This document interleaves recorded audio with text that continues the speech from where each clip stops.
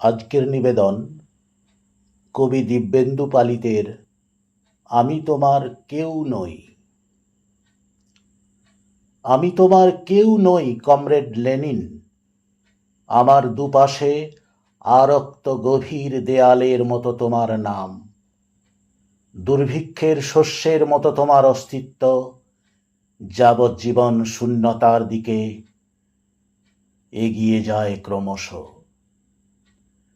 রাস্তায় রাস্তায় তোমার নামে মানুষের বিশ্বাস ছুঁয়ে রাখে।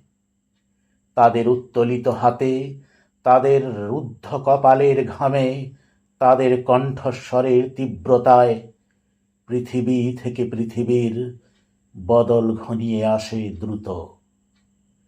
প্রশান্ত বিকেলের কার্নিশ ছুঁয়ে দাঁড়িয়ে ভাঙা ব্রিজের এপাশ থেকে আমি তাদের দেখি। আমি তোমার কেউ নই কমরেড লেনিন। অতীত থেকে বর্তমান আমার রাস্তাগুলো ক্রমশ একই মোড়ে ফিরে আসে। গর্ভগৃহের দিকে তাকিয়ে অনারুদ্ধ শিশুকে ঘৃণা করি আমি।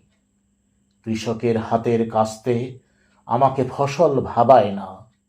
মাঠের শস্য ঘরে তোলার মুহূর্তে খাদ্যের সজীব গন্ধে উৎকীর্ণ হয়ে ওঠে আমার নিঃশ্বাস।